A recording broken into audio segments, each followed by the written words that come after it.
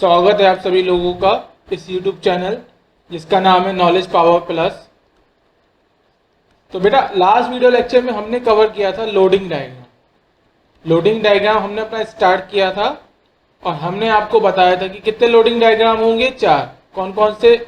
Axial load diagram ALD, bending movement diagram BMD, shear force diagram SFD and turning movement diagram TMD। तो 4 हमारे पास diagram होते हैं जिनको हम डिस्कस करेंगे। ये मान के चलो हर साल गेट में 1 या 2 क्वेश्चन आपको मिलेगा जो SFD BMD पे बेस्ड होगा, तो इसको हमें बहुत अच्छे से करना है। तो इस पे लगा लो आप स्टार। तो ALD बनाना मैंने आपको लास्ट वीडियो लेक्चर में कवर करा था। तो आज हम अपना सीखेंगे BMD बेंडिंग मूवमेंट डायग्राम। तो बेटा देखो, जब भी आप कोई भी वीडियो लेक्चर देखोगे, है ना, तो आपको ऐसा लगेगा कि भैया ये तो हमें पहले से पता है, क्योंकि पढ़ाने का तरीका ऐसा होता है कि जब भी पढ़ाओ, क्या पढ़ाने वाले हो वो आप पहले ही 1-2 मिनट में बता दो, सो दैट जब पूरा लेक्चर इंसान देखेगा तो उसे पहले ही आइडिया लग गया कि पूरे लेक्चर में हमें पढ़ना क्या है। तो सबसे पहले मैं एक चीज बताना चाह रहा था आपको। सपोज कीजिए मेरे पास कैंटिलीवर बीम है। अब कैंटिलीवर बीम सबको क्लियर हो गई, एक एंड फिक्स है और एक एंड हमारा फ्री है, ठीक है। तो एक ये कैंटिलीवर बीम है। अगर मैं अब आपसे पूछूं व्हाट इज AB, क्या रिप्रेजेंट कर रहा है? AB रिप्रेजेंट कर रहा है सबसे पहले लॉन्गिट्यूडनल एक्सिस है ये बीम की। दूसरा क्या रिप्रेजेंट कर रहा है? It represent the beam span length, कि बीम की ये क्या है? Span length. अब मैंने क्या करा, इसके ऊपर एक एक्सियल टेंसाइल लोड लगाया P, जो बीम का फ्री एंड था B। तो B पॉइंट पे मैंने क्या लगाना है? एक एक्सियल टेंसाइल लोड। तो B पॉइंट पे लगा दो एक एक्सियल टेंसाइल लोड। जब आप लगाओगे तो ये लगाओगे। अब आपको पता चल गया एक्सियल टेंसाइल लोड लगना है, तो कैसे लगना है? The line of action of load should be along the longitudinal axis of the member. तो यहां देखो, line of action of load जो है वो मेंबर के क्या है? लॉन्गिट्यूडनल एक्सिस के अलोंग। क्लियर है? अब सपोज करो, अगर मैं आपसे बोलता हूं कि भैया इस पे लोड लगाओ इसेंट्रिक एक्सियल टेंसाइल लोड, आपको पता होता है इसेंट्रिक एक्सियल क्या होगा? तो जो इसेंट्रिक एक्सियल टेंसाइल लोड होगा उसकी जो line of action of force होगी वो लॉन्गिट्यूडनल एक्सिस के साथ क्या होगी? पैरेलल, पर लॉन्गिट्यूडनल एक्सिस के अलोंग नहीं होगी। The line of action of force और लॉन्गिट्यूडनल एक्सिस के बीच में क्या होगी? एक इसेंट्रिसिटी, ठीक है। अब मैं आपको पूछता हूं, सपोज करो इस क्वेश्चन को मैं फिर से बना रहा हूं। B पॉइंट और हमने क्या लगाया? लोड यहां पे लगा दिया, एक लोड P1। अगर AB के रेस्पेक्ट में हम देखेंगे तो AB के रेस्पेक्ट में इस P1 लोड का क्या नेचर होगा? तो क्या करोगे आप? इस P1 लोड को AB मेंबर पे शिफ्टिंग कर दोगे। तो आपने P1 को कौन से पॉइंट पे शिफ्ट कर दिया? B पॉइंट पे। तो शिफ्टिंग के लिए एक ही तरीका होता है, आप उस पॉइंट पे इक्वल एंड अपोजिट फोर्स लगा दो। तो मैंने B पॉइंट पे इक्वल और अपोजिट फोर्सेस लगा दी है। अब देखो, इस वाले फोर्स ने मिलके इस वाले फोर्स के साथ क्या बना दिया? एक कपल। क्या बनाया? एक कपल। इसका मतलब B पॉइंट की अगर हम बात करेंगे तो अगर इन दोनों के बीच की इसेंट्रिसिटी E है, तो जो ये कपल बनेगा, इस कपल की वैल्यू कितनी हो जाएगी? P into E। Net force, net load देखा जाए B पॉइंट पे तो क्या आ जाएगा? एक तो ये वाला फोर्स P1 और साथ में क्या आ जाएगा? कपल। और कपल की वैल्यू कितनी आ जाएगी? P1 into E। अब आपसे पूछा जाएगा कि जो P1 इंटू E का जो कपल है वो कैसा कपल है? कपल 2 टाइप का होगा, क्या तो वो बेंडिंग करेगा या वो मेंबर के अंदर क्या करेगा? ट्विस्टिंग करेगा। जब पूछा जाएगा आपसे कि P1 इंटू E का जो कपल है क्या वो बेंडिंग कपल है या ट्विस्टिंग कपल है, तो अब आप देख के बता दोगे। क्यों? क्योंकि आपने प्रीवियस वीडियो लेक्चर देखे, आपने कंपैरिजन करा कि देखिए ये तो लॉन्गिट्यूडनल एक्सिस आ गई मेंबर की, है ना। अब कोऑर्डिनेट सिस्टम अगर हम बनाए तो this is our Z axis, this is X axis और दिस इज वाई एक्सिस। तो लॉन्गिट्यूडनल एक्सिस का प्लेन कौन सा हो गया हमारे पास? YZ plane. और जो कपल आ रहा है P1 इंटू E का, ये कौन से प्लेन में लग रहा है? YZ प्लेन में। It means if the plane of couple is along the plane of longitudinal axis, तो वो कपल क्या होगा? Bending couple. समझ में आ रहा है?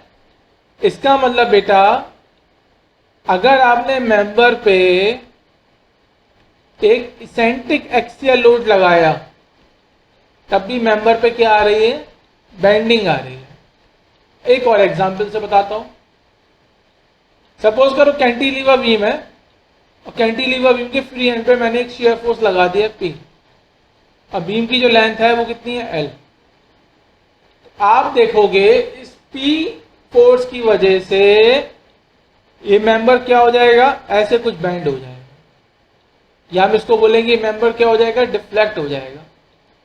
इट मीन जब हम एक शियर फोर्स लगाते हैं तो शियर फोर्स की वजह से भी मेंबर के ऊपर क्या आता है, बेंडिंग मोमेंट।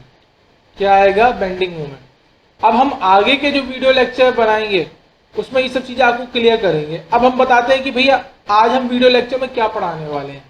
तो आज हम लोडिंग डायग्राम में बेंडिंग मूवमेंट डायग्राम बनाना सिखाएंगे, BMD।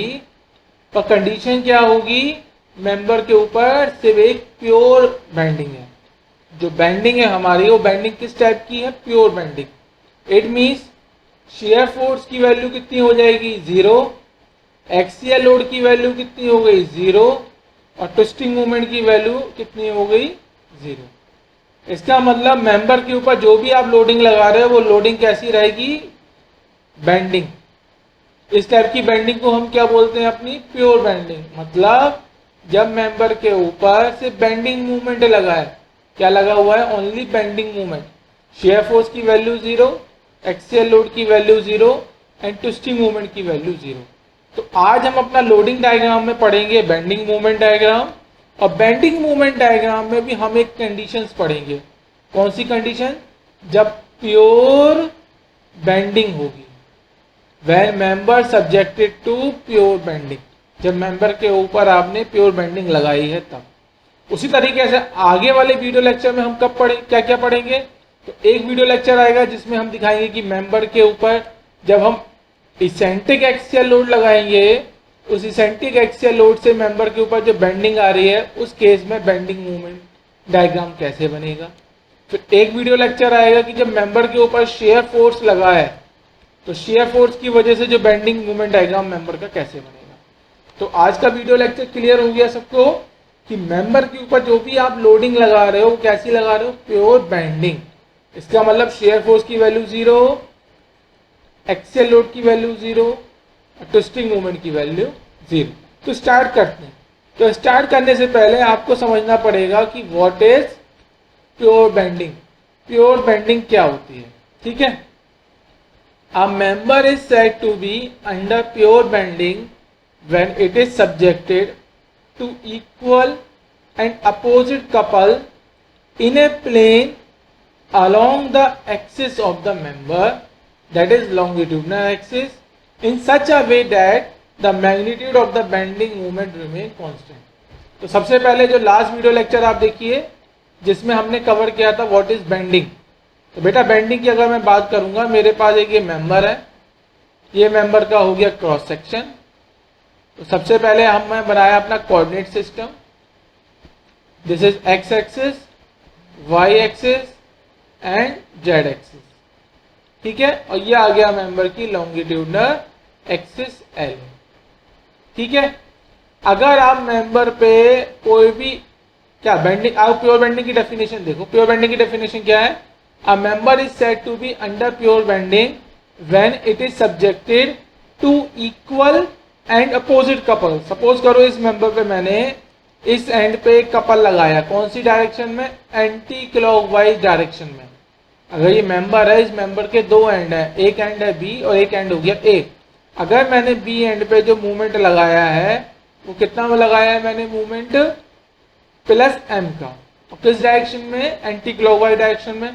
तो मेंबर का जो दूसरा एंड होगा, ए एंड जो होगा, उस पर मैं क्या करूंगा, equal and opposite couple, equal and opposite couple. It means अगर यहाँ पे कपल का मैग्नीट्यूड एम है तो यहाँ पे भी कपल का मैग्नीट्यूड कितना रहेगा, एम, पर डायरेक्शन क्या हो जाएगी इसकी, क्लॉकवाइज। देखो ये डायरेक्शन क्या है हमारे पास, क्लॉकवाइज डायरेक्शन में। उस केस में मेंबर को हम क्या बोलेंगे, उस केस में मेंबर को बोलेंगे कि मेंबर के ऊपर जो बेंडिंग है वो कैसी बेंडिंग है, प्योर बेंडिंग। फिर से समझिए, ये हमारे पास मेंबर है, आपने क्या करा, अगर एक एंड पे आपने जो कपल लगाया एम, तो कौन सी डायरेक्शन में, एंटी क्लॉकवाइज डायरेक्शन में, यहाँ पे आप खड़े हो जाओ, कौन सी डायरेक्शन में, एंटी क्लॉकवाइज डायरेक्शन में। इसका मतलब दूसरे एंड पे भी आपको इक्वल कपल लगाना पड़ेगा, पर किस डायरेक्शन में लगा दिया आपने, क्लॉकवाइज डायरेक्शन में। तो इस तरीके की बेंडिंग को हम क्या बोलेंगे, प्योर बेंडिंग। और जो आप कपल लगा रहे हो या फिर आप जो बेंडिंग मूवमेंट लगा रहे हो, ये बेसिकली देखो ये कपल है, ये क्या है, एक कपल। ये कपल कैसा कपल है, एक बेंडिंग कपल। कैसा कपल है, बेंडिंग कपल। बेंडिंग कपल के लिए कंडीशंस क्या होती हैं, पहली कंडीशन होती है कि बेंडिंग कपल जिस प्लेन में लग रहा है लॉन्गिट्यूडिनल एक्सिस भी उसी प्लेन में होनी चाहिए। तो यहाँ देखो इस कपल का प्लेन क्या है, ये जो कपल लग रहे हैं कपल का प्लेन क्या है, Y Z plane. Longitudinal axis का प्लेन कौन सा, वाई जेड प्लेन। तो दोनों प्लेन आपस में क्या हो गए, अलाउंग, इसलिए कपल कैसा हो गया, बेंडिंग कपल। तो बेंडिंग कपल, या फिर आप इसको बोल सकते हो बेंडिंग मूवमेंट, क्या बोल सकते हैं आप इसको, या तो आप इसे बेंडिंग कपल बोल दीजिए या फिर आप इसके बोल दीजिए बेंडिंग मूवमेंट। तो प्योर बेंडिंग की डेफिनेशन क्या होगी, a member is said to be under pure bending when it is subjected to equal and opposite couple in a plane along the axis of the member. मतलब ये couple जिस plane में लग रहा है उसी प्लेन में मेंबर की एक्सिस होनी चाहिए, और कौन सी एक्सिस, लॉन्गिट्यूडिनल एक्सिस। अगर ये कपल मैंने वाई जेड प्लेन में लगाया है तो मेंबर की जो लॉन्गिट्यूडिनल एक्सिस है वो लॉन्गिट्यूडिनल एक्सिस भी कौन से प्लेन में होना चाहिए, वाई जेड प्लेन में। ठीक है, और in a such way that the magnitude of the bending movement remain constant. देखिए इस लाइन का मतलब क्या है। अब आते हैं हम सेक्शन मेथड पे। सपोज कीजिए मैंने किसी मेंबर पे ऐसा कुछ लगा दिया, इक्वल एंड अपोजिट कपल लगा दिया। अब आपने क्या करा, सेक्शन पे कोई भी एक मेंबर पे कोई भी एक सेक्शन कट करा, और मैंने बताया था हमेशा मैं मेंबर के किस साइड देखूंगा, सेक्शन के राइट हैंड साइड। तो मैंने सेक्शन के राइट हैंड साइड में देखा, इस समय देखिए बेंडिंग मोमेंट की वैल्यू कितनी है, एम। आपने अपना सेक्शन को मूव करा, अब आपने सेक्शन एक और कट करा, वाई वाई। पहले जो सेक्शन एक्स एक्स था वो एट ए डिस्टेंस एक्स था, अब जो सेक्शन आपने कट करा है Y Y at a distance Y है। अगेन आपने सेक्शन के राइट हैंड साइड में देखा, क्या बेंडिंग मूवमेंट की वैल्यू चेंज हो रही है, नहीं, बेंडिंग मूवमेंट की वैल्यू क्या है, कांस्टेंट। इसका मतलब ये कौन सा केस हो गया हमारे पास, प्योर बेंडिंग। तो बेटा प्योर बेंडिंग के लिए कंडीशन क्या आ गई, बेंडिंग मूवमेंट की value constant, axial load, shear load and twisting movement की वैल्यू 0।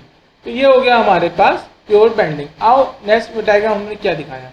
तो बेटा देखो ये हमारे पास एक बार है, अगर बार के क्रॉस सेक्शन की बात करूंगा तो क्रॉस सेक्शन क्या हो जाएगा इसका, ए बी डी सी। आप यहां से मूव करो, ए बी डी एंड सी, ये क्या हो गया, ये आ गया इसका क्रॉस सेक्शन। ठीक है, अब देखो मैंने कोऑर्डिनेट एक्सिस भी दिखाई है, this is our Y axis, this is X axis and this is Z axis. It mean cross section का अगर मैं आपसे प्लेन पूछता हूं, क्रॉस सेक्शन प्लेन, तो क्रॉस सेक्शन प्लेन हमारे पास कौन सा हो गया, एक्स वाई प्लेन। अब मैंने लोडिंग लगा दी, ए बी जो है, ए बी पे मैंने एक फोर्स लगा दिया पी। ए बी क्या है, टॉप सरफेस, ये कौन सा सरफेस है, टॉप सरफेस। तो टॉप सरफेस पे मैंने एक लोड लगा दिया पी का, और ये आ गया हमारे पास एक बॉटम सरफेस। इसी तरीके से बॉटम सरफेस पे भी मैंने एक लोड लगा दिया पी का। अब ये लोड कैसे लगाएं कि टॉप सरफेस पे जब मैंने लोड लगाया है इसकी लाइन ऑफ एक्शन क्या है, टूवर्ड्स द क्रॉस सेक्शन, तो ये हो गया कंप्रेसिव नेचर का। इसी तरीके से जो मैंने बॉटम सरफेस पे जो लोड लगाया है पी, इसकी लाइन ऑफ एक्शन क्या है, away from the cross section, तो ये कैसा हो गया, टेंसाइल। ये देखिए क्रॉस सेक्शन मैंने बनाया अपना ए बी डी सी। तो क्रॉस सेक्शन की विड्थ कितनी है, बी, और डेप्थ कितना है, डी। इट मीन्स दोनों फोर्सेस के लाइन ऑफ एक्शन के बीच में कितना डिस्टेंस हो गया, डी का। अब बेटा क्या होगा, ये वाला फोर्स इस वाले फोर्स के साथ मिलके क्या बना देगा, एक कपल। अब वो कपल की वैल्यू कितनी होगी, क्योंकि दोनों कपल की वैल्यू क्या होती है, फोर्स इंटू परपेंडिकुलर डिस्टेंस। तो फोर्स और दोनों फोर्स के बीच की परपेंडिकुलर डिस्टेंस कितनी है, डी। तो इसका मतलब मूवमेंट की वैल्यू कितनी आ गई, force into perpendicular distance M into D. तो यह इसी तरीके से आपने क्या करा, ये तो राइट हैंड साइड का हो गया, आपने मेंबर के लेफ्ट हैंड साइड पे भी सेम करा। आपने क्या करा, टॉप सरफेस पे एक फोर्स लगा दिया कंप्रेसिव नेचर का, और बॉटम सरफेस पे आपने एक फोर्स लगा दिया टेंसाइल नेचर का। इन दोनों फोर्सेस ने मिलकर क्या बना दिया, कपल, जिसकी वैल्यू कितनी हो गई, P इंटू डी। अब देखो बेटा, जो ये कपल बन के आया है, मैंने एक यहाँ पे देखो, ध्यान से देखो, यहाँ पे मैंने सफिक्स में क्या लिखा है, एक्स। क्यों? क्योंकि ये जो कपल लगेगा किस एक्सिस के अबाउट लग रहा है, ये जो कपल लग रहा है ये हमारी एक्स एक्सिस के अबाउट लग रहा है। किस एक्सिस के अबाउट, एक्स एक्सिस के अबाउट। अभी मैंने यहाँ पे क्या लिख दिया, एम एक्स। एम एक्स मतलब कपल, और जो नीचे सफिक्स में लिखा हुआ है मतलब किस एक्सिस के अबाउट लग रहा है, तो लिख दिया ये कपल हमारा एक्स एक्सिस के अबाउट लग रहा है, जिसकी वैल्यू कितनी आ गई, P इंटू डी। ठीक है। अगर मैं अपना यहाँ कोऑर्डिनेट सिस्टम बनाता हूँ, तो this is our Y axis, this is X axis, और ये आ गए हमारे पास जेड एक्सिस। इसका मतलब कपल का प्लेन कौन सा हो गया, वाई जेड प्लेन में कपल लगा है। और क्रॉस सेक्शन किस प्लेन में है, एक्स वाई प्लेन में। क्रॉस सेक्शन देखो, क्रॉस सेक्शन किस प्लेन में, एक्स वाई प्लेन में, यहाँ लिखा भी है मैंने। और ये आ गई मेंबर की लॉन्गिट्यूडनल एक्सिस, और लॉन्गिट्यूडनल एक्सिस किस प्लेन में है, वाई जेड प्लेन में। तो वाई जेड प्लेन में क्या है, longitudinal axis, X Y plane में क्या है, क्रॉस सेक्शन प्लेन, और अगेन वाई जेड प्लेन में क्या है, कपल का प्लेन। तो भैया बेंडिंग की डेफिनेशन क्या है, the plane of couple should be parallel या फिर along, the plane of couple should be along the longitudinal axis plane. तो देखो कपल हमारा वाई जेड में है, लॉन्गिट्यूडनल भी कहाँ है, वाई जेड में, तो दोनों आपस में क्या होगा, अलोंग। इसका अलग कैसा कपल होगा, बेंडिंग कपल। या फिर दूसरी डेफिनेशन देखो, the plane of couple should be perpendicular to the plane of cross section. तो प्लेन ऑफ कपल क्या है, वाई जेड, और प्लेन ऑफ क्रॉस सेक्शन क्या है हमारे पास, एक्स वाई। तो दोनों आपस में क्या है, परपेंडिकुलर। इसका मतलब अगेन ये कैसा कपल है, बेंडिंग कपल। बेटा लास्ट वीडियो लेक्चर मैंने आपको एक और चीज बताई थी, अगर कोई भी आपने किसी भी पॉइंट पे, मेंबर के किसी भी पॉइंट पे आपने कोई लोड लगाया है, अगर उसकी line of action perpendicular to the plane and in inward direction, अंदर की तरफ है, तो आप उसको कैसे रिप्रेजेंट करोगे, क्रॉस लगाओगे, उसके ऊपर एक सर्किल कर दोगे। इसी तरीके से अगर आपने किसी मेंबर पे एक लोड लगाया है और उसकी line of action perpendicular to this plane and outward direction, बाहर की तरफ है, तो उसको आप कैसे रिप्रेजेंट करोगे, आप डॉट बनाओगे और डॉट के ऊपर क्या कर दोगे, एक सर्किल। आइए अब ए बी सी डी हमारे पास क्रॉस सेक्शन था, A B C D cross section मैंने यहाँ पे बना दिया। अब ए बी सी डी जो क्रॉस सेक्शन है, यहाँ देखो ए बी के इस वाले पॉइंट पे एक फोर्स लग रहा है, जिसकी डायरेक्शन क्या है, जिसकी लाइन ऑफ एक्शन क्या है, इस क्रॉस सेक्शन के साथ परपेंडिकुलर, क्या बना रहा है, परपेंडिकुलर, और किस डायरेक्शन में, इनवर्ड डायरेक्शन में। तो कैसे हमने रिप्रेजेंट कर दिया, हमने एक क्रॉस बनाया, उसके ऊपर सर्किल। तो ये क्रॉस और सर्किल क्या रिप्रेजेंट कर रहा है, आप जो फोर्स लगा रहे हो ऐसा कुछ फोर्स लगा रहे हो। The line of action of force is perpendicular to this cross section plane and in inward direction. इसी तरीके से अगर हम CD के इस बॉटम सरफेस CD के, अगर हम इस वाले पॉइंट की बात करेंगे, तो यहाँ पे एक टेंसाइल फोर्स लग रहा है, मतलब इस फोर्स की जो लाइन ऑफ एक्शन है P फोर्स की, क्रॉस सेक्शन प्लेन के साथ कितना एंगल बना रहा है, 90 डिग्री का। अब किस डायरेक्शन में, ये आउटवर्ड डायरेक्शन में। तो आप कैसे रिप्रेजेंट कर सकते हो, एक डॉट बनाओ, उसके ऊपर एक सर्किल बनाओ। तो बेसिकली ये आ गया रिप्रेजेंटेशन। क्लियर हो गया बेटा, आगे मूव करते हैं। अब आपने ऐसे कुछ कपल आ गया, जो कपल कैसा हो गया, एक बेंडिंग कपल। अभी बताया बेंडिंग कपल कैसे है। अब इस बेंडिंग कपल की वजह से क्या आ जाएगा, मेंबर के अंदर बेंडिंग। और मेंबर देखो बेटा, पहले मेंबर हमारे पास ऐसा था, और आफ्टर बेंडिंग मेंबर क्या हो गया, मेंबर बेंड हो गया हमारा, और ये आ गया फाइनल मेंबर। फाइनल मेंबर के अंदर क्या आ गई है, बेंडिंग आ गई है। देखिए मैंने यहाँ पे एक नया टर्म लिखा है, न्यूट्रल फाइबर, है ना। तो बताता हूँ मैं न्यूट्रल फाइबर क्या है। सबसे पहले अगर कोई आपसे पूछेगा किस टाइप की बेंडिंग है, सैगिंग है या हॉगिंग है, क्योंकि सैगिंग है हॉगिंग है, तो आपको पता है इस टाइप की बेंडिंग क्या होती है, सैगिंग। इसको हम बोलते हैं अपना पॉजिटिव बेंडिंग। या फिर अगर इस टाइप की बेंडिंग होती है तो इसको हम क्या बोलते हैं, अपना हॉगिंग या फिर नेगेटिव बेंडिंग। तो मेंबर के अंदर क्या आ रहा है, सैगिंग बेंडिंग हो रही है। तो बेटा यहाँ देखो, बेसिकली देखा जाए जो ये मेंबर है, ये मेंबर कैसे बनाया होगा, आपने सोचिए। आपने क्या करा, आपने रेक्टेंगुलर शीट लेके आए अपने पास, एक शीट ली, उसके ऊपर एक और शीट रख दी आपने, उसके ऊपर एक और शीट रख दी, तो क्या बन गया, ऐसे ही गत्था सा बन जाएगा, एक ऐसा बंडल बन जाएगा। देखो इसमें कितने शीट है, शीट 1 2 3 4 5 6 7 8 है ना। आपने क्या करा, आप रेक्टेंगुलर शेप की शीट लाए और आपने क्या करा, हर एक शीट के ऊपर एक एक शीट रखते गए, तो आप देखोगे एक आपके पास ब्लॉक बन जाएगा, जिसकी सिग्निफिकेंट क्या होगी, डेप्थ हो जाएगी। ऐसे तो होता है। अगर आपसे मैं पूछूं कि मेरे पास कोई भी एक बार है, तो उस बार के अंदर कितने शीट्स होंगे, तो उस बार के अंदर कितने शीट्स होंगे, infinite, very very small thickness के शीट होंगे, और कितने शीट्स होंगे, इन्फिनाइट, है ना। ऐसी तो हो रहा है, उस बार के अंदर क्या हो रहा है, इन्फिनाइट शीट्स होंगे। तो इसका मतलब जो हर एक शीट होगी उसको हम यहाँ पे बोलेंगे फाइबर। क्या बोलेंगे अपना, फाइबर। मतलब आप एक पहला फाइबर लेके आए, फिर आपने इसके ऊपर एक और फाइबर रख दिया, फिर आपने एक और फाइबर रख दिया, और अब फाइबर रख दिया।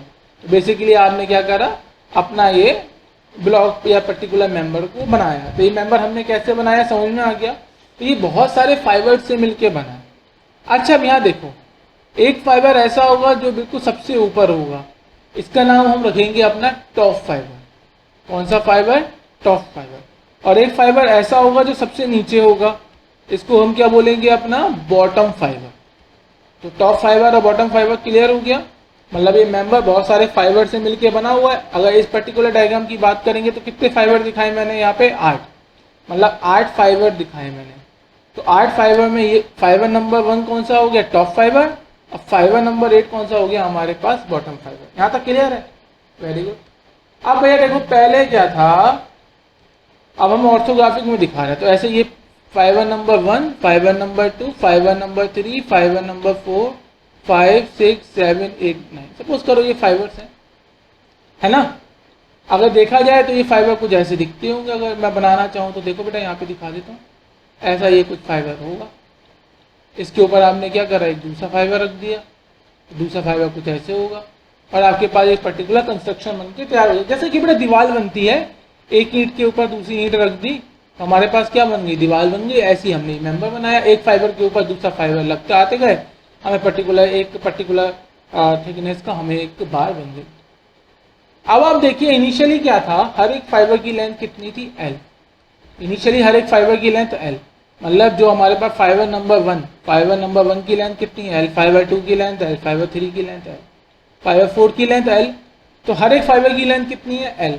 पर जब मेंबर के अंदर बेंडिंग हुई तो देखो बेंडिंग, सैगिंग, मैं अभी दिखाया ना कौन सी बेंडिंग हो रही है इसमें, सैगिंग। देखो फिर से ये कौन सी बेंडिंग हुई है, सैगिंग, है ना। जब इसके अंदर सैगिंग होगा तो सैगिंग ये कुछ इस टाइप का होगा, सैगिंग हो गया।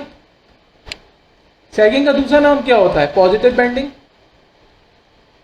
अब यहां देखो कुछ फाइबर ऐसे हैं जिनकी लेंथ पहले L थी, अब लेंथ क्या हो गई उनकी लेंथ, आफ्टर बेंडिंग उनकी लेंथ क्या हो गई, कम हो गई, है ना।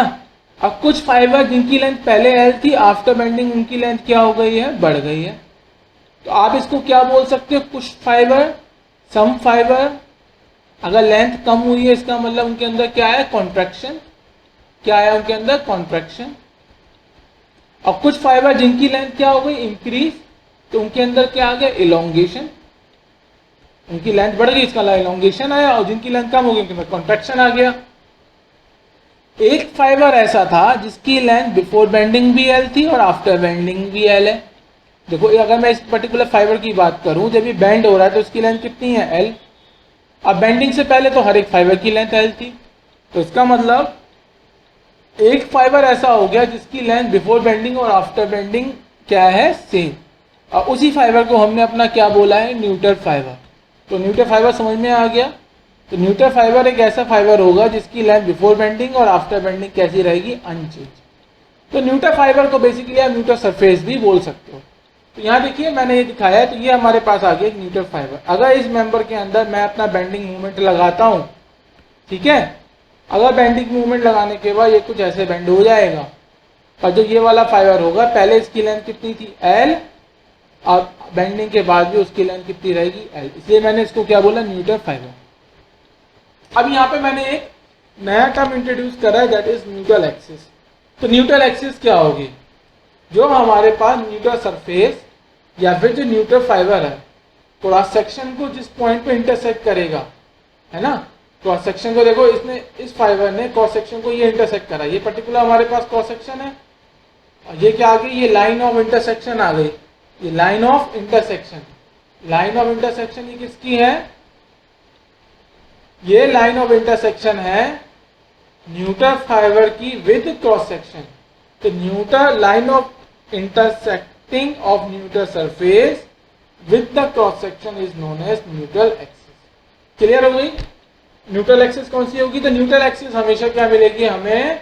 हमारे प्लेन ऑफ क्रॉस सेक्शन में। तो प्लेन ऑफ क्रॉस सेक्शन की में हमें कौन सी एक्सिस मिलेगी? हमारी न्यूट्रल एक्सिस। न्यूट्रल एक्सिस कहाँ मिलेगी? जो हमारे पास न्यूट्रल सरफेस होगा क्रॉस सेक्शन को जिस पॉइंट पे इंटरसेक्ट करेगा, तो देखो तो हमें क्या मिलेगी? क्रॉस सेक्शन ने बेसिकली देखो बेटा, ये आया क्रॉस सेक्शन और ये हमारे पास आया फाइबर। तो इस फाइबर ने यहाँ पे क्या करा? क्रॉस सेक्शन को इंटरसेक्शन। तो ये लाइन ऑफ इंटरसेक्शन जो होगी वही होगी हमारे पास न्यूट्रल एक्सिस। क्लियर है? अब बेटा न्यूमेरिकल पे आ जाओ फटाफट। पहले मैंने बोला है आज हम जो बीएमडी बनाएंगे, बीएमडी किसके बनाएंगे? जब मेंबर के ऊपर कौन सी लोडिंग होगी? Only bending movement. अगर प्योर बेंडिंग की बात करेंगे तो प्योर बेंडिंग में मेंबर पे क्या आएगा? सिर्फ बेंडिंग मूवमेंट, और बेंडिंग मूवमेंट आएगा, है ना? और शेयर फोर्स, एक्सियल लोड और ट्विस्टिंग मूवमेंट की वैल्यू कितनी रहेगी? 0। तो आज जो भी न्यूमेरिकल हम करेंगे आप देखना उस न्यूमेरिकल में ना कोई शेयर फोर्स आएगा, ना कोई एक्सियल लोड आएगा और ना कोई ट्विस्टिंग मूवमेंट आएगा। तो देखिए क्वेश्चन है, for the cantilever beam as shown in the figure draw the bending movement diagram, determine the maximum sagging and maximum hogging bending movement acting at the cross section. सबसे पहले cantilever beam है तो basic पढ़ो। Cantilever beam का एक and क्या रहेगा? Fix. ये रहा कैंटिलीवर बीम का फिक्स एंड। दूसरा एंड क्या रहेगा? फ्री। ये रहा फ्री एंड। अब फिक्स एंड पे आप कैसे सपोर्ट प्रोवाइड करते हो? Fix support. तो फिक्स सपोर्ट पे बेटा कितने रिएक्शंस आते हैं? 3। कौन कौन से? Vertical reaction, horizontal reaction and movement reaction. क्या इस मेंबर के अंदर कहीं पे भी वर्टिकल लोडिंग है? नहीं है। इसका मतलब वर्टिकल रिएक्शन की वैल्यू कितनी हो जाएगी? 0। या फिर आप ऐसे भी कर सकते हो, summation of vertical forces should be 0 और हमारे पास सिर्फ एक यही वर्टिकल लोड है जो कि रिएक्शन लोड है। तो इसका मतलब RAB इक्वल टू 0। मेंबर के ऊपर कोई भी हॉरिजॉन्टल एक्सटर्नल लोडिंग नहीं है, इसका मतलब हॉरिजॉन्टल रिएक्शन की वैल्यू कितनी हो गई? 0। अब मेंबर के अंदर बेटा क्या बचेगी? सिर्फ एक ही रिएक्शन बचेगी। कौन सी? Movement reaction. क्योंकि वर्टिकल रिएक्शन और हॉरिजॉन्टल रिएक्शन की वैल्यू कितनी हो गई है? 0। अब आप देखिए हम क्या करते हैं, टेकिंग द मूवमेंट अबाउट ए, क्योंकि 3 इक्वेशन होती हैं स्टैटिक इक्विलिब्रियम की। कौन कौन सी? Summation of vertical force 0, summation of horizontal force 0 और summation of movement about any point 0। तो मैं क्या कर रहा हूँ? ए पॉइंट के अबाउट मैं मूवमेंट ले रहा हूँ, ए पॉइंट के अबाउट मूवमेंट को क्या कर रहा हूँ? 0। तो क्लॉकवाइज मूवमेंट लूंगा मैं पॉजिटिव और एंटी क्लॉकवाइज मूवमेंट को क्या ले लूंगा मैं? नेगेटिव। ए पॉइंट मेरा ये रहा बेटा, ए पॉइंट। सबसे पहले देखो ए पॉइंट पे एक तो मूवमेंट रिएक्शन मैंने लगाई है इस डायरेक्शन में, क्लॉकवाइज है क्या अबाउट एंटी क्लॉकवाइज है? क्लॉकवाइज। तो हम इसको क्या ले लेंगे अपना? पॉजिटिव। तो MA को मैंने लिया पॉजिटिव। अब बी पॉइंट पे मैंने एक पॉइंट मूवमेंट लगाया है और ए के रेस्पेक्ट में देखूंगा तो कौन सी डायरेक्शन में मैं मूव कर रहा हूँ? एंटी क्लॉकवाइज डायरेक्शन में। तो एंटी क्लॉकवाइज को मैं क्या लूंगा अपना? नेगेटिव। अब सी पॉइंट पे भी मैंने क्या लगा दिया? एक पॉइंट मूवमेंट। तो ऐसा मूवमेंट लगा हुआ है विद रेस्पेक्ट टू ए के रेस्पेक्ट में। अगर मैं ए पे खड़ा हो जाता हूँ और देखूंगा तो किस डायरेक्शन में मूव कर रहा है? क्लॉकवाइज। क्लॉकवाइज को क्या लेना है हमें? पॉजिटिव। इसी तरीके से डी पे एक पॉइंट मूवमेंट लगा है 2m का, विद रेस्पेक्ट टू ए देखा जाए तो किस डायरेक्शन में? ये क्लॉकवाइज। अगेन ये क्या रहेगा? पॉजिटिव। ई पे देखो, ई पे भी मैंने एक पॉइंट मूवमेंट लगा दिया और इस पॉइंट मूवमेंट की वैल्यू कितनी है? 5m। पर जब मैं ए के रेस्पेक्ट में देख रहा हूं तो ए के रेस्पेक्ट में मुझे किस डायरेक्शन में मूव करता हुआ दिख रहा है? ये anti clock.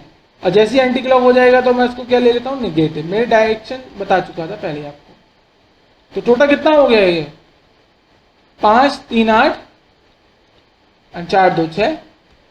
MA is equal to basically कितना रहा हमारे पास? -2m इजिकल टू 0 या फिर MA is equal to 2m।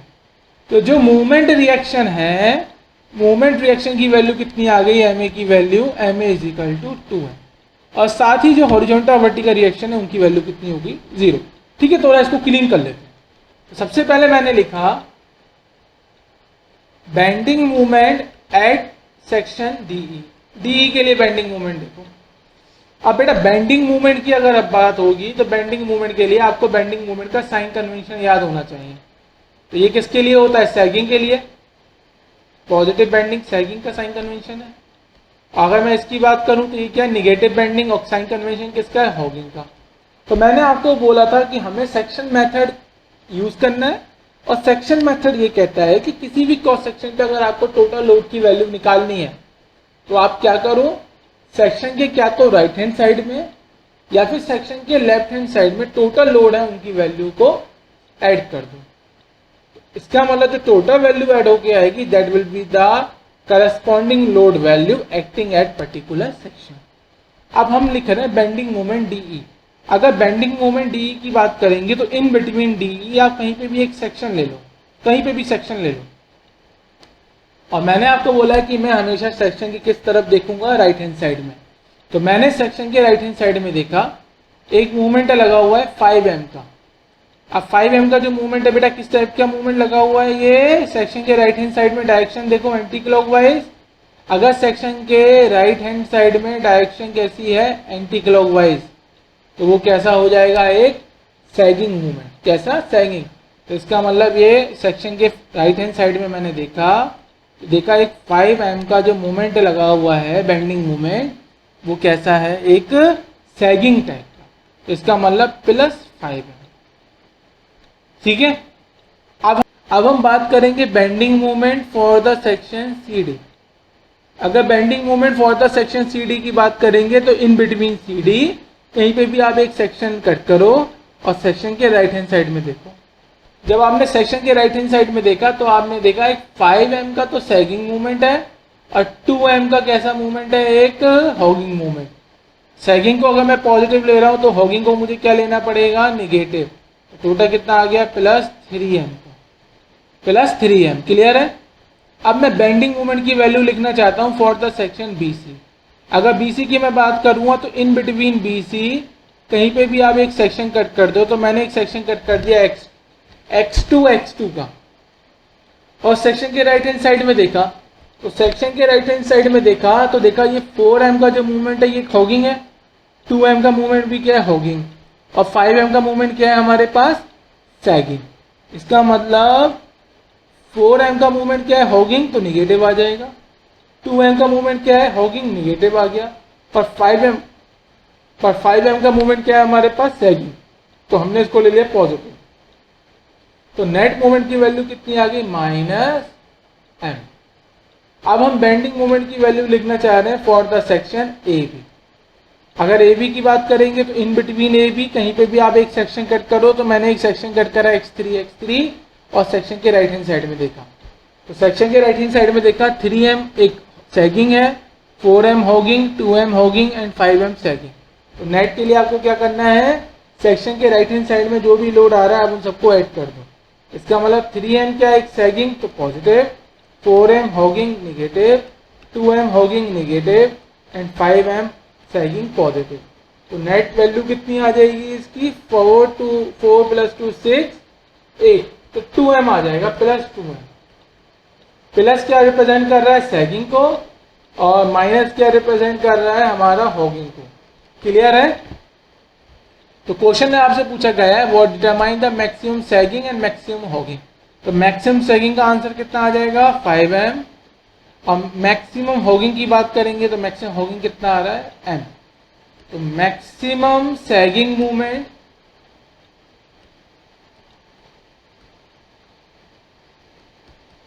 m and maximum hugging movement m। बेटा देखो यहाँ पे मैंने प्लस और माइनस के साइन नहीं लगाए, क्यों, क्योंकि मैंने यहाँ पे लिख दिया सैगिंग। जब मैंने सैगिंग लिख दिया तो पता चल गया कि ये प्लस ही रहेगा। इसी तरीके से यहाँ पे मैंने अगर हॉगिंग लिख दिया है तो यहाँ पे माइनस लगाने की अब जरूरत नहीं है। अब आप देखिए इसका बनाएंगे हम BMD। इसको मैं रफ कर रहा हूँ। आइए आप बनाते हैं इसका बेंडिंग मूवमेंट डायग्राम। तो बेंडिंग मूवमेंट डायग्राम के लिए आपको क्या करना है, इन पॉइंट्स को एक्सटेंड कर देना है। इन पॉइंट्स को हमने क्या करना है, एक्सटेंड कर लेना है और अपनी एक हॉरिजॉन्टल लाइन ड्रॉ कर लेनी है। यहाँ लिख दो अपना A, B, C, D और E। अब देखो सबसे पहले E पॉइंट पे आओ। तो E पॉइंट पे क्या लगा हुआ है, एक 5m का किस टाइप का बेंडिंग मूवमेंट, सैगिंग टाइप का, सैगिंग मूवमेंट। इसका मतलब सैगिंग क्या है, पॉजिटिव। तो मैंने अपना +5 यहाँ पे मार्क कर दिया। ये जो आगे डिस्टेंस, ये कितना आगे वर्टिकल लाइन मैंने दिखा दिया 5 एम का। अब आपको ई पॉइंट के बाद डायरेक्टली उस पॉइंट पे आ जाना है जिस पे नेक्स्ट लोडिंग है। अगर बेटा कभी भी मैं लोडिंग बोलता हूँ तो लोडिंग के अंदर दोनों चीजें इंक्लूड हैं, फोर्स भी और साथ में कपल भी। तो ई पॉइंट के बाद जो नेक्स्ट पॉइंट जहाँ पे लोडिंग लगी है वो क्या है, डी। तो इसका मतलब ई से डी क्या रहेगा, कांस्टेंट। अब डी पॉइंट पे मैंने क्या करा, एक 2m का एक हॉगिंग मूवमेंट और लगा दिया। इट मीन्स 5m तो सैगिंग लगा ही था, साथ में एक 2m का हॉगिंग भी आ गया और हॉगिंग को मैंने ले लिया नेगेटिव। तो नेट मूवमेंट की वैल्यू अगर मैं देखूंगा तो कितना आ जाएगा, 3m। तो आपने क्या करना है, इसको 3m पे ले आए, ये वैल्यू आ गई आपकी 3m। क्लियर। बी पॉइंट के बाद नेक्स्ट लोडिंग कहाँ लगी है, सी पॉइंट पे। तो आप डायरेक्टली कहाँ पे मूव करोगे, सी पॉइंट पे। आप बेटा जब आप सी पॉइंट पे मूव कर रहे हो तो सी पॉइंट पे एक और पॉइंट मूवमेंट ऐड हो गया, वो कितना है, 4m का। तो टोटल मूवमेंट कितना आ गया। अच्छा, ये 4m वाला जो है वो किस टाइप का है, एक हॉगिंग टाइप का। तो टोटल अगर मैं सी की बात करूंगा तो सी पे हमने एक 4m का मूवमेंट और ऐड कर दिया जो कि हॉगिंग है। तो पहले से सी पॉइंट पे कितना मूवमेंट था, 3m का सैगिंग, और इसमें अब कितना ऐड करना है हमें, 4m का हॉगिंग। तो हॉगिंग को मैंने क्या लिया, नेगेटिव। तो नेट कितना बचा, -m। -m का मतलब आप यहाँ नीचे मूव करेंगे और -m बना देंगे। सी पॉइंट के बाद आप फिर नेक्स्ट उस पॉइंट पे जाएंगे जहां पे लोडिंग लगी है। तो नेक्स्ट लोडिंग कहां पर है, बी तक। तो सी से बी क्या मूव करेंगे आप, कांस्टेंट मूव करेंगे। क्लियर है। अब बी पॉइंट पे आपने 3m का क्या ऐड कर दिया है, इस पे सैगिंग टाइप का मूवमेंट। तो सी बी पॉइंट पे पहले कितना था, -m। आपने इसमें और कितना ऐड कर देना है, +3m का सैगिंग। तो नेट कितना हो गया, 2m सैगिंग का। आप ऊपर चले गए, 2m सैगिंग आपने बना दिया। अब बी पॉइंट के बाद नेक्स्ट लोडिंग कहाँ पे लगी है, ए पे। तो आप बी से ए क्या मूव करोगे, कांस्टेंट। एंड अगेन आपने बी पे ए पॉइंट पे देखा, ए पॉइंट पे देखोगे तो कैसा मूवमेंट लगा हुआ है, एक हॉगिंग 2m का। इसका मतलब पहले ए पॉइंट पे 2m का सैगिंग था, है ना। पहले कितना था, ए पॉइंट पे 2m का सैगिंग। अब आपने ए पे 2m का हॉगिंग और ऐड कर दिया, तो नेट कितना हो गया, 0। तो आप इसको ए से ज्वाइन कर दोगे। तो मैं इसका कलर चेंज करके अभी आपको दिखा देता हूँ कि BMD इसका क्या बना। तो ये बना इसका BMD। ठीक है, रिवाइज कर लेते हैं। ठीक है, सबसे पहले हम ई पे आए। ई पे देखा हमने 5m का क्या लगा हुआ है, एक सैगिंग। तो हमने 5m का एक सैगिंग लगा दिया। ई के बाद हम नेक्स्ट लोडिंग कहाँ पे लगी है, डी तक। तो ई हमने ई से डी एक हॉरिजॉन्टली मूव करा क्योंकि कोई लोडिंग थी नहीं। अब हमने देखा डी पे क्या लगा हुआ है, एक 2m का हॉगिंग। तो इसका मतलब पहले 5m का सैगिंग था, इसमें आपने 2m का हॉगिंग को ओवरराइड करा। हॉगिंग को हमने लिया नेगेटिव। तो टोटल कितना आ गया, 5m - 2m = 3m का सैगिंग। तो हमने 3m का सैगिंग। तो ये जो वैल्यू है, ये वैल्यू कितनी हो गई, 3m। डी पॉइंट के बाद नेक्स्ट लोडिंग कहाँ लगी है, सी पॉइंट पे। और सी पॉइंट पे मैंने 4m का एक हॉगिंग और ऐड कर दिया। तो इसका मतलब सी पॉइंट पे पहले कितना था, 3m का सैगिंग, जिसमें आप 4m का हॉगिंग और ऐड कर रहे हो। तो नेट कितना आ जाएगा, 3m - 4m = -m। तो हम -m तक मूव कर गए। देखो -m तक मूव होगा। सी पॉइंट के बाद नेक्स्ट लोडिंग कहाँ पर है, बी तक। तो सी से बी हमने हॉरिजॉन्टली मूव करा। अभी पे कितना मूवमेंट आ गया, -m का। अब देखा मैंने बी पॉइंट पे मैंने 3m का एक सैगिंग को और ऐड कर दिया। इसका मतलब -m में मैंने 3m ऐड करा, तो टोटल कितना हो गया, 2m। तो बी पॉइंट पे आ गए हम +2m की तरफ। बी पॉइंट के बाद नेक्स्ट लोडिंग कहाँ लगी है, ए पॉइंट पे। और ए पॉइंट पे कितना लोडिंग लगी हुई है हमारी, 2m की हॉगिंग। तो इसका मतलब पहले 2m सैगिंग था, अब 2m हॉगिंग आ गया। तो नेट कितना आ गया, ए पे 0। तो हम ए पे 0। तो इसका मतलब बेटा ये पूरा एरिया तो रहा हमारे पास पॉजिटिव मूवमेंट का, ये एरिया रहा निगेटिव मूवमेंट का।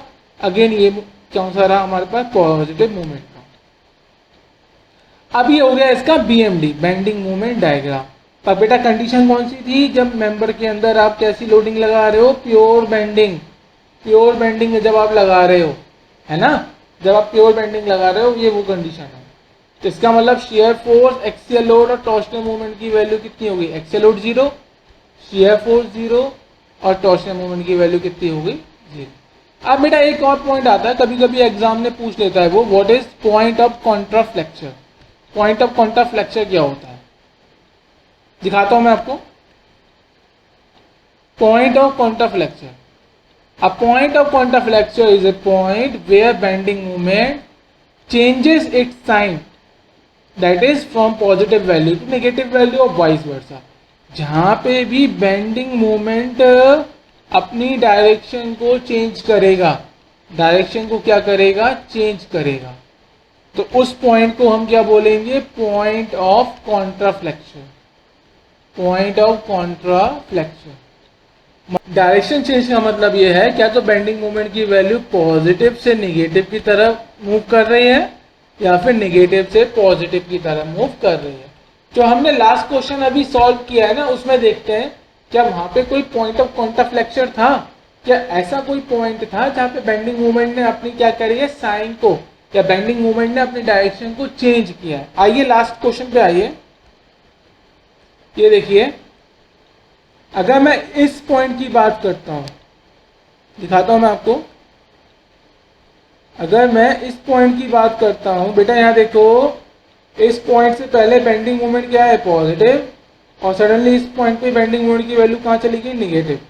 या फिर मैं इस वाले पॉइंट की बात करता हूं, तो पहले बेंडिंग मोमेंट की वैल्यू क्या थी, नेगेटिव, बाद में बेंडिंग मोमेंट की वैल्यू क्या हो गई, positive. It means bending moment ने अपने साइन को चेंज किया है, वो पॉजिटिव से नेगेटिव या फिर नेगेटिव से पॉजिटिव की तरफ जा रहा है। अगर इस वाले पॉइंट की मैं बात करूंगा तो वो जा रहा है पॉजिटिव टू नेगेटिव, और अगर मैं इस वाले पॉइंट की बात करूंगा तो यहाँ पे किस डायरेक्शन में मूव कर रहा है, नेगेटिव टू पॉजिटिव। तो कभी कभी क्या आता है ना, न्यूमेरिकल ऑब्जेक्टिव क्वेश्चन आते हैं, बताइए कितने पॉइंट ऑफ कॉन्ट्राफ्लेक्चर होंगे। अगर ऐसा ऑब्जेक्टिव क्वेश्चन आता और आपके पास ऑप्शन होते हैं 1 2 3 4, बताइए कितने पॉइंट ऑफ कॉन्ट्राफ्लेक्चर होंगे। तो हमने क्या करना है, सबसे पहले बीएमडी बनाना है। बीएमडी बनाने के बाद ये देखना है कि कहाँ पे बेंडिंग मोमेंट ने अपने साइन को चेंज किया है, और जहां जहां बेंडिंग मोमेंट अपने साइन को चेंज करेगा वहां वहां हमें क्या मिलेगा, एक पॉइंट ऑफ कॉन्ट्राफ्लेक्चर, वहां वहां हमें क्या मिलेगा, 1 पॉइंट ऑफ कॉन्ट्राफ्लेक्चर। तो यहाँ पे एक बार डायरेक्शन चेंज हुई है तो एक मिला हमें यहाँ पे पॉइंट ऑफ कॉन्ट्राफ्लेक्चर, यहाँ पे डायरेक्शन चेंज हुई है, एक पॉइंट ऑफ कॉन्ट्राफ्लेक्शन हमें यहाँ पे मिला। तो इसका मतलब हमारा आंसर क्या हो गया, for the such type of loading condition कितने पॉइंट ऑफ कॉन्ट्राफ्लेक्चर होंगे, 2, एक ये और एक ये, हमारा एक ये वाला पॉइंट और एक ये वाला point. So this is all about today lecture, ठीक है। तो आज हमने बेटा क्या क्या कवर करा, आज हमने कवर करा what is pure bending, what is neutral fibre, what is neutral axis, और प्योर बेंडिंग के लिए हम बीएमडी कैसे बनाएंगे वो हमने आज डिस्कस करा। अब नेक्स्ट वीडियो लेक्चर में मैं आपके साथ डिस्कस करूंगा shear force, shear force conditions, shear force loading condition and shear force sign convention. क्योंकि बेटा ये चीज मैं क्यों बोल रहा हूं आपको, देखो जब किसी भी कैंटिलीवर बीम के ऊपर आप शियर फोर्स लगाओगे तो इस शेयर, सपोज करो इसकी लेंथ L है, तो इस पे एक बेंडिंग मोमेंट आएगा। अब बेंडिंग मोमेंट की वैल्यू क्या आ जाएगी, फ्री एंड पे 0 और फिक्स एंड पे PL का। बेंडिंग मोमेंट यहाँ पे क्या है, वेरिएबल है, कैसा है, वेरिएबल है ना। तो सबसे पहले हमें शियर फोर्स समझना है। शियर फोर्स हमें इतना पता है कि शियर फोर्स कब लगता है, जब आप किसी भी मेंबर पे अगर आप लोड लगा रहे हो और लोड की line of action longitudinal axis के साथ 90 डिग्री का एंगल बना रही है, तो उस लोड को क्या बोलेंगे हम, अपना शियर लोड। तो इतना हमने आपको बता चुके हैं, क्लियर है। अब ये शियर लोड के साथ अगर कंपोनेंट पे शियर लोड लगाओगे तो कंपोनेंट पे बेंडिंग मोमेंट आ जाएगा। तो नेक्स्ट वीडियो लेक्चर में हम ये सब कवर करने वाले हैं। Thank you everyone. If you like this video please like, share and subscribe. Thank you.